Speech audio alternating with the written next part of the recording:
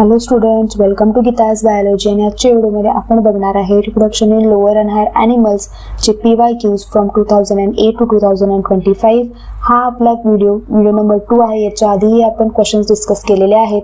मी तुम्हाला मागच्या व्हिडिओमध्येही सांगितले की क्वेश्चन्सचे आन्सर कसे लिहायचे आहेत, कसे लिहिल्याने तुम्हाला मार्क्स चांगले मिळतील, कसे लिहिल्याने तुम्हाला फुल मार्क्स मिळतील, कमीत कमी इन्फॉर्मेशनमध्ये जास्तीत जास्त मार्क्स कसे मिळवायचे मी तुम्हाला मागच्या व्हिडिओमध्येही सांगितलंय. ह्या व्हिडिओमध्येही मी तुम्हाला एक काय म्हणू शकतो आपण स्टेटमेंट किंवा स्टँडर्ड आन्सर्स लिहून आणलेले आहेत, जे तुम्ही जर लिहिलात तर तुम्हाला compulsory marks मिळतीलच.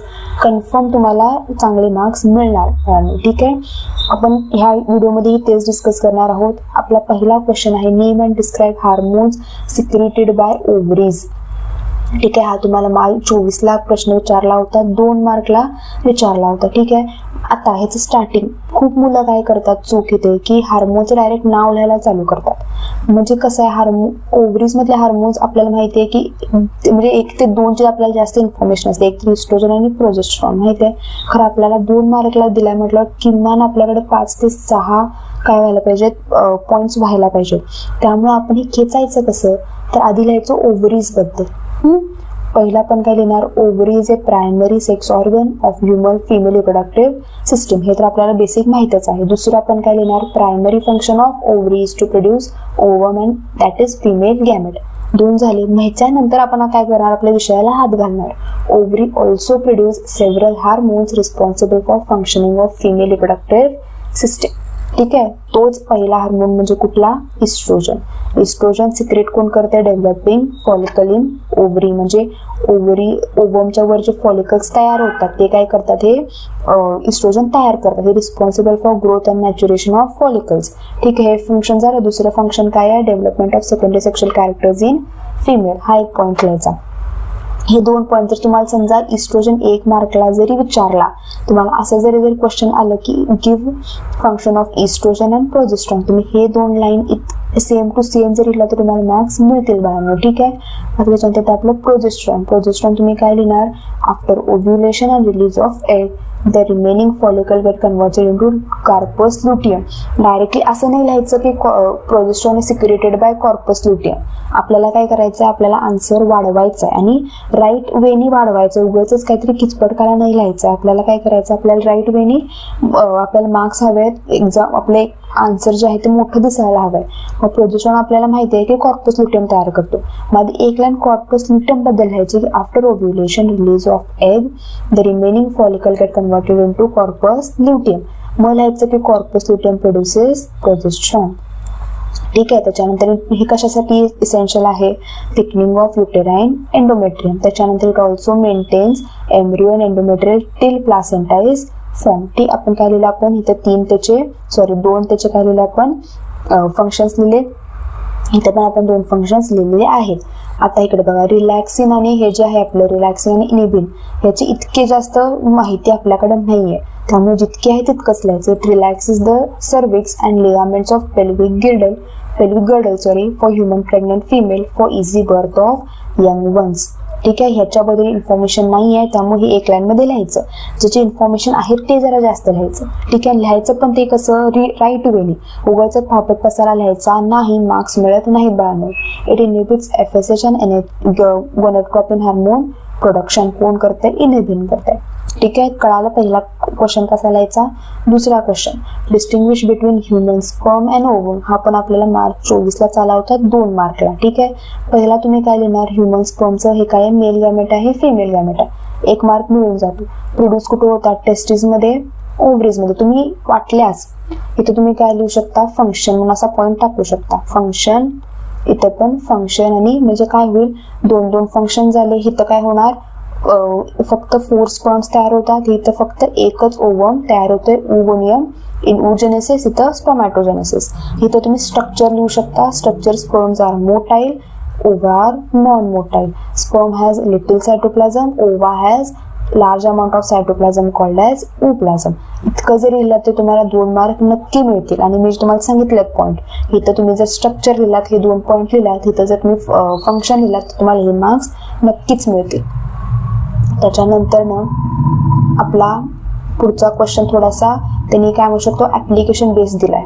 A mother of 1 year old child wanted to have space for second child. म्हणजे आपल्याला तर माहिती आहे की त्यांना काय करायचं आहे, फॅमिली प्लॅनिंग करायची आहे आणि त्यांना वेळ हवा आहे. ठीक आहे. हर डॉक्टर सजेस्टेड कॉपर टी. त्यांनी डॉक्टरने त्यांना काय सजेस्ट केलं, कॉपर टी वापरा. Explain is contraceptive action. तुम्हाला ऑक्टोबर 14 आला होता 1 मार्कला. म्हणजे जे 4 मार्कचे क्वेश्चन असतात ना, 1 2 3 4 असे 4 4 4 4 तशातला हा क्वेश्चन होता. आता आपल्याला फक्त इथे 1 मार्कला म्हणजे फक्त आणि फक्त 2 पॉइंटच लिहायचं, भरपूर लिहित बसायचं नाही. पहिलं काय करणार तुम्ही, कॉपर टी हा काय इंट्रा युटेराइन डिव्हाइस आहे. म्हणजे युटेरसच्या आत जातो म्हणून आपण intra uterine device that is placed in uterus. आता कॉपर टीचं काम काय आहे, काय आहे त्याचं कॉन्ट्रासेप्टिव्ह ऍक्शन, रिलीजिंग आययुडी. आययुडी ते काय करते, सप्रेस करते sperm motility, फर्टिलायझिंग capacity of sperm. म्हणजे हे जे कॉपर रिलीज करणार आहे त्याच्यामुळे स्पर्म मोटिलिटी आणि फर्टिलायझिंग कॅपॅसिटी त्या स्पर्मची काय होते, कमी होते. ठीक आहे. हा एक लाईनचाच होता आन्सर. आपण त्याला खेचून काय केलंय, 2 लाईन केलं. आधी कॉपर टी म्हणजे काही सांगायचं आणि मग त्याचं फंक्शन सांगायचं. त्याच्यानंतर ना पुढचा प्रश्न पण ऑक्टोबर 14चाच आहे. A couple is unable to conceive. हे तुम्ही ART जे आपण म्हणतो ना, असिस्टेड रिप्रोडक्टिव्ह टेक्निक, ते आहे. A couple is unable to conceive, what is modern technique to overcome this problem. काय आहे हा परत ऑक्टोबर 14ला 4 मार्कला विचारला होता. आणि ह्याच्यात बघा हे जे आहेत, हाच म्हणजे IVF तुम्हाला 2 मार्च 2017ला आला होता, ZIFT तुम्हाला मार्च 2025ला आला होता आणि गिफ्ट तुम्हाला मार्च 22ला आला होता. म्हणजे तुम्ही म्हणू शकता की जे ART आहे ते आता भरपूर विचारलं जात आहे. तुम्हाला ART एकदा बघून घ्यावं लागेल बाळांनो. म्हणजे आपण जे म्हणतो ना की artificial insemination, ZIFT, GFT, IVF किंवा इंट्रा सायटोप्लाझ्मिक स्पर्म ट्रान्सफर, हे सगळं तुम्हाला बघावं लागणार आहे बाळांनो. ठीक आहे. आता इथं बघा, a couple is unable to conceive, what is modern technique to overcome this problem. हे त्यांनी प्रॉब्लेम सांगितलेला नाहीये. म्हणजे प्रॉब्लेम त्या वुमनमध्ये आहे का प्रॉब्लेम त्या मेलमध्ये आहे, काय कुठं प्रॉब्लेम आहे, म्हणजे वुमनमध्ये त्या फॅलोपियन ट्यूबमध्ये प्रॉब्लेम आहे का, ओव्हरीमध्ये प्रॉब्लेम आहे का, युटेरसमध्ये प्रॉब्लेम आहे, ते त्यांनी सांगितलेलं नाही आहे. त्यामुळे तुम्हाला काय करायचं, तुम्हाला जितके हे माहिती आहेत आपण ART मध्ये ते सगळे तुम्हाला इथे लिहावं लागतील बाळांनो. त्यातला पहिला इथे आपण तसा तोच पॉईंट लिहिलाय. There are several reasons for a couple for not conceiving naturally. There are 4 assisted reproductive technique for this. त्यातला पहिला आहे आपला IVF, इंट्राविट्रो फर्टिलायझेशन. तुम्हाला मार्च 2017 1 मार्कला विचारला होता. Fertilisation of sperm and egg to form zygote under stimulate condition in laboratory. तर सगळं लिहित बसायचं नाही. ठीक आहे. फक्त 1 मार्कला विचारलंय. म्हणजे जर हा 4 मार्कला असेल तर हा 1 मार्कलाच असणार आहे. त्यामुळं 1 लाईन मध्ये संपवून टाकायचं. Fertilisation of sperm and egg to form zygote under stimulate condition in laboratory. आता ZIFT, झायगोट इंट्राफॅलोपियन ट्रान्सपोर्ट. ते तुम्हाला असं पण विचारतील की याचा फुल फॉर्म सांगा. फुल फॉर्म मध्येही मुलं काय होतात, कन्फ्युज होतात. त्यामुळे फुल फॉर्म पण याचा बघून जायचं. तुम्ही जर बुकमध्ये वगैरे लिहित असाल तर आता लिहून ठेवा कुठतरी ह्याचे फुल फॉर्म. तुमची जेव्हा परीक्षा असते, परीक्षेच्या तुम्ही सकाळी उठून एकदा रीड करता तेव्हा हे रीड करून जावा.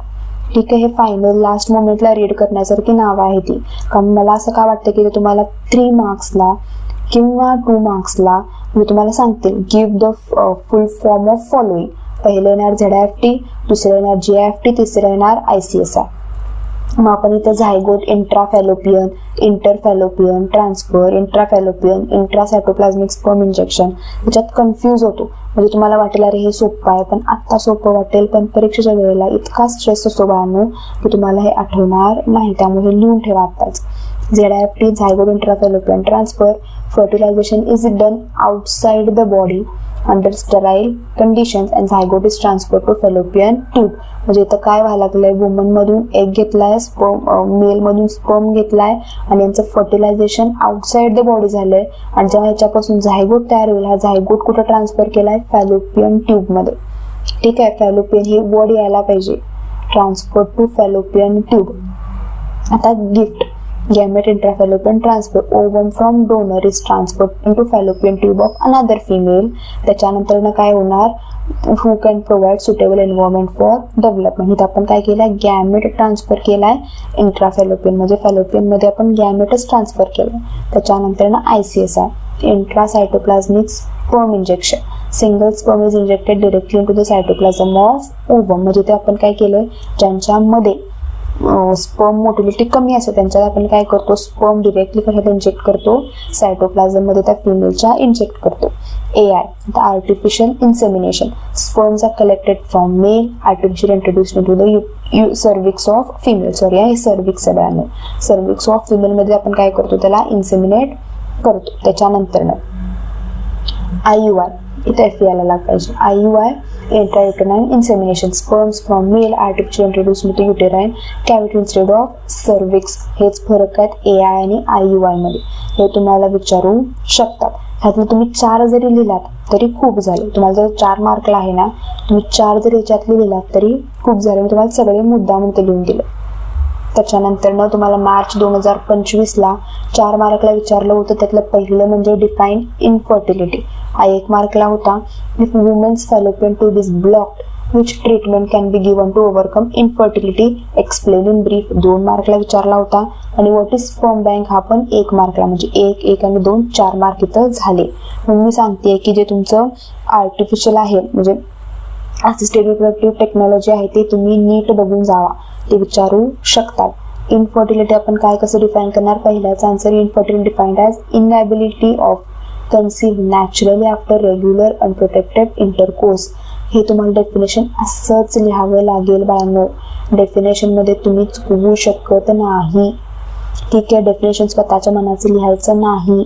जे बुकमध्ये दिलं तुम्हाला तेच लिहावं लागेल. ठीक आहे, infertility is defined as inability of conceive किंवा इनॅबिलिटी टू कन्सीव्ह यायला पाहिजे, सॉरी हा, naturally after regular unprotected intercourse. ही लाईन तुम्हाला पूर्ण कम्प्लीट हीच लिहावी लागेल. त्याच्यानंतर second A, if women's fallopian tube is blocked, it prevents the fertilization of egg by sperm naturally. हा एक तशी लाईन लिहायची. मला treatment given to overcome this infertility ZIFT. म्हणजे आपण काय करणार, झायगोट इंट्राफॅलोपियन ट्रान्सफर. इथं काय झालं, फॅलोपियन ट्यूब ब्लॉक झाल्यामुळे फर्टिलायझेशन ब्लॉक व्हायला लागलं. आपण काय केलं, झिफ्ट, आपण फर्टिलायझेशन काय केलं, इन विट्रो केलं आणि त्याच्यानंतर झायगोट कुठं ट्रान्सफर केला, इंट्राफॅलोपियन ट्यूबमध्ये. In this treatment egg is removed from female ovary and fertilization of ovary and sperm is brought outside the body by process of IVF म्हणजेच intra-vitro fertilization. Zygote is transferred to fallopian tube for further development. कारण ह्या वुमनचं uterus बरं आहे, म्हणजे uterus त्या बेबीला ती पुढं काय होऊ शकतो, पूर्ण त्या बेबीची ग्रोथ नीट होऊ शकते तिच्या युटेरसमध्ये. फक्त आणि फक्त फॅलोपियन ट्यूब काय होती, ब्लॉक झाली होती. ते आपण काय करणार आहे, त्यामुळे ZIFT पण वापरायला लागलो. आता what is sperm bank? Sperm bank of semen bank is a place which collects, stores and provides human sperm किंवा semen. Semen is provided by healthy male called as sperm donor. झाले 2 point. तुम्हाला इथं नक्की काय होईल, 4 mark मिळून जाईल जर तुम्ही असंच लिहिलं तर. त्याच्यानंतर परत तुम्हाला 2024ला surgical sterilisation is permanent method of birth control विचारला होता, 1 मार्क. ठीक आहे, in surgical sterilisation small part of vasa differential vasectomy or fallopian tubectomy is cut down. हा 1 पॉईंट झाला. त्यामुळे आपण दुसरा पॉईंट केलं होतं, permanently blocks the gamete transport. Gamete ट्रान्सपोर्टच ब्लॉक झाल्यामुळे आपण काय म्हणू शकतो की सर्जिकल स्टेरिलायझेशन होणार नाही. त्याच्यानंतर मॅट द पेअर आले होते 2022ला 2 मार्कला. त्यातलं मेकॅनिकल मीन्स तुम्ही काय लिहिणार, डायफ्राम म्हणजे तिथले आन्सर्स लिहिलेत मी इथं. फिजिओलॉजिकल डिव्हाइसला सहेली लिहिणार, केमिकल डिव्हाइसला जेलीज लिहिणार आणि परमनंटला वॅसेक्टोमी लिहिणार. त्यामुळे असे तुम्हाला 2 मार्कला 1 मार्कला वगैरे येऊ शकतं बाळांनो. ठीक आहे, त्याच्यानंतर तो तुमचा पुढचा क्वेश्चन आहे. From the donor zygote is transferred into fallopian tube of female which type of assisted reproductive technique is used. October 2021ला 2 मार्कला हा विचारला होता. त्याचा आन्सर काय येणार, the assisted reproductive technique used in this is GIFT gamete intrafallopian tube fallopian transfer. Sorry, it has been developed in case where entrance of oviduct or upper segment is blocks मी तुम्हाला आधी सांगितलं. In this method ova and sperm are directly injected in to the ampulla where fertilisation takes place. Here fertilisation and embryo formation is done naturally. इतके जर points लिहिला तर तुम्हाला 2 marks नक्की मिळतील. बाकीचा फापट पसारा लिहित बसायचं नाही. आय होप तुम्हाला इथपर्यंत कळालं असेल. याच्या आधीचा पण आपण एक व्हिडिओ केलेला आहे ज्याच्यात मी तुम्हाला अनेक क्वेश्चन्स जरा सॉल्व्ह करून दाखवलेले आहेत. बाकीचे क्वेश्चन्स इथं आहेत, म्हणजे तुम्हाला आता कळेल की तुम्हाला नेमकं काय लिहायचं आणि कसं लिहायचं, कितपत लिहायचं. मी खूप मुलांना बघितलं ज्याने 2 मार्कासाठी 8-8, 9-9 पॉईंट सुद्धा लिहिलेत. त्याचा काही फायदा होत नाही. जास्तीत जास्त 4, 5, 6 इतके पॉईंट्स लिहा. खूप झालं आणि बरोबर लिहा. जे विचारले ते लिहा. ते जर लिहिलं तर तुम्हाला नक्की मार्क्स मिळतील. ह्याच्या पुढचा पण टॉपिक बघणार आहे तुम्ही, sexual reproduction in flowering plants किंवा reproduction in lower and higher plants हे आपण हे बघणार आहे. हा व्हिडिओ इथंच थांबूयात आपण. पुढच्या व्हिडिओ जर तुम्हाला असाच हवा असेल तर चॅनलला लाईक, शेअर आणि सबस्क्राईब नक्की करा बाळांनो. ठीक आहे. थँक्यू.